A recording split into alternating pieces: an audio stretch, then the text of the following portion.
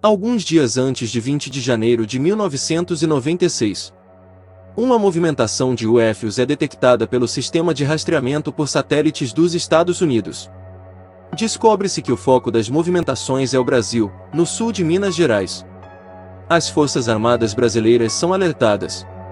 Dia 13 de janeiro de 1996, uma semana antes dos principais acontecimentos em Varginha, o piloto de ultraleve, Carlos de Souza, de São Paulo, vê um artefato alongado e sem asas a menos de 15 quilômetros do trevo que liga a rodovia Fernão Dias à estrada que dá acesso a Varginha. Passa a seguir visualmente o objeto, que parecia em dificuldades, alternando altitude e rota, com uma abertura em sua parte anterior de onde saía uma névoa. Na direção de Belo Horizonte, após 10 quilômetros do trevo de Varginha, observa que o objeto desaparece atrás de morro, na fazenda Maiolini. Tomando a estrada sem asfalto, vê vários destroços metálicos sendo recolhidos no pasto por militares. No local havia 2 caminhões, um helicóptero e uma ambulância do Exército. Um pedaço maior do objeto acidentado, do tamanho de um automóvel, é colocado na carroceria do caminhão. Milhares de pequenos pedaços e destroços espalham-se pelo pasto. Carlos de Souza é abordado por militares pedindo que se retire do local e esqueça do que viu. Voltando ele para num posto de gasolina e é novamente abordado por 2 homens, que aconselham-no a não comentar, com quem quer que seja, o que presenciou.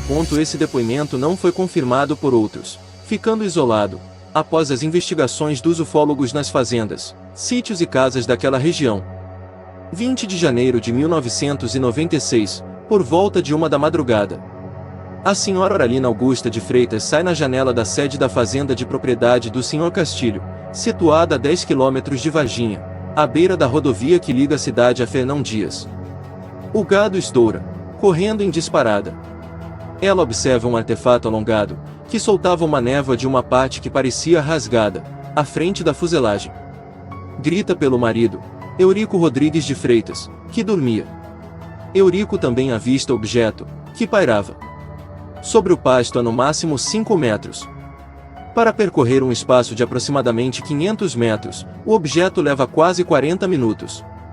E desaparece após o morro, na direção da cidade. 20 de janeiro de 1996, 8 horas e 30 minutos HS. 6 homens do Corpo de Bombeiros de Varginha dão busca a um bicho avistado por alguns populares, primeiramente na base de uma construção, no bairro Jardim Andere. Depois, a criatura é avistada movendo-se lentamente, na direção de um eucaliptal pertencente ao Sr. José Gomes, após a linha férrea, no grande pasto nos fundos do Jardim Andere. Um homem, o operário de construção Henrique José, testemunhou todo o incidente do terraço de uma casa vizinha ao parque e mais tarde, contou aos investigadores que 4 bombeiros encurralaram a criatura com suas redes, aprisionaram em uma caixa de madeira e depois a entregaram aos militares. Após cerca de 2 horas de procura, bombeiros localizam o ser e o apanham numa rede para captura de animais. Um caminhão de transporte de tropas da Escola de Sargentos das Armas também está no local. A criatura é colocada numa caixa na caçamba, coberta por pano ou lona e emite uma espécie de zumbido. O caminhão sai em disparada para 3 Corações e entra na Escola de Sargentos das Armas.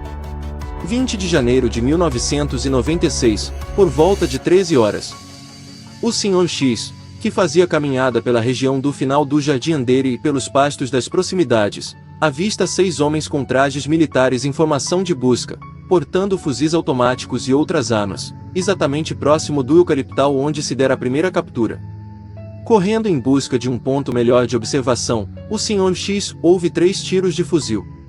Logo depois avista aqueles homens subindo pelos terrenos anteriores ao pasto, carregando 2 sacos. Num deles algo se mexia.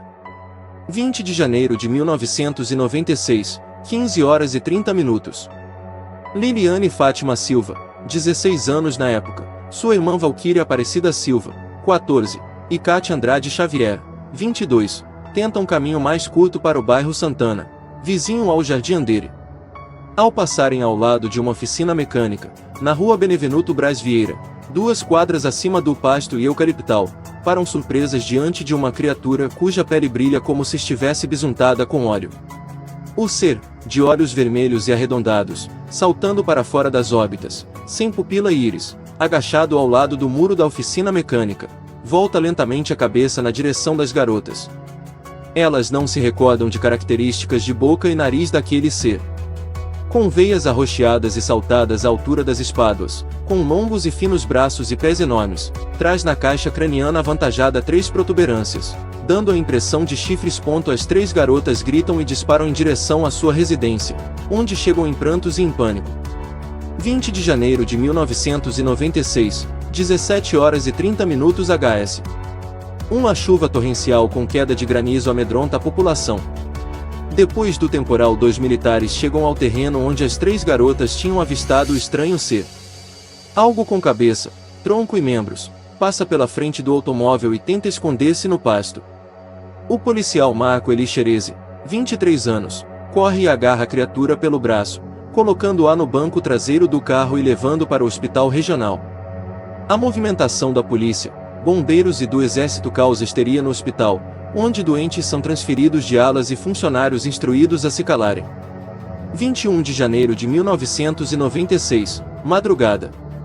O ser é transferido para o Hospital Humanitas, em ambulância, sem alarde. Do Humanitas o material é retirado na segunda-feira seguinte, dia 22, por volta de 17 horas e 30 minutos. A criatura está morta. O transporte começa com a colocação do ser numa caixa de madeira, coberta por lona plástica e colocada na caçamba de um caminhão de transporte de tropas, cuja traseira estava no portão dos fundos do hospital. Vários veículos militares e alguns civis fazem parte do comboio. Pessoas trajadas com roupas brancas e máscaras médicas estão presentes. O ser exala um insuportável cheiro de amoníaco. O comboio parte para a cidade de Três Corações e para dentro da Escola de Sargentos das Armas. Dia 23 de janeiro de 1996, às 5 da manhã. O mesmo comboio parte para Campinas SP, conduzindo 2 cargas. O cadáver retirado do Hospital Humanitas e uma caixa ventilada contendo algo vivo. Após parada na Escola Preparatória de Cadetes, em Campinas, outros veículos militares conduzem o material para as instalações da Unicamp. Durante uma semana, uma equipe de pesquisadores e cientistas cuida de análises, exames e testes nas criaturas. Dela faz parte o conhecido médico legista Professor Fortunato Badam Palhares. Trabalhos são realizados no material, inclusive em um laboratório com instalações modernas. Não se sabe o destino de tais seres após Campinas. Em 7 de fevereiro de 1996, Marco Eli Xerezi submete-se a uma cirurgia para retirar uma pústula da axila direita. Com fortes dores e início de paralisação, é internado e morre 8 dias depois, de tromboembolia séptica pulmonar, conforme conclusão de necropsia. No sangue é detectada a presença de 8% de cultura desconhecida, uma vez que o policial fora vítima de infecção generalizada. Em 21 de abril de 96, o DNA. Terezinha Galo Klepp, em um restaurante dentro do zoológico de Varginha, viu uma estranha criatura, idêntica àquela vista pelas jovens, com uma única diferença: tinha uma espécie de capacete na cabeça.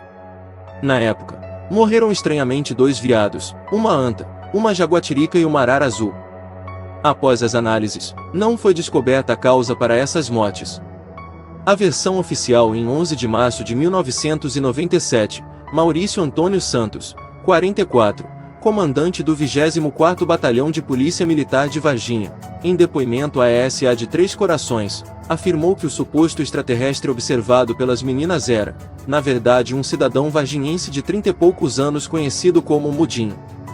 Sofrendo problemas mentais, Mudinho costumava andar agachado pelas ruas do Jardim Andere, recolhendo bitucas de cigarro e outros objetos do chão.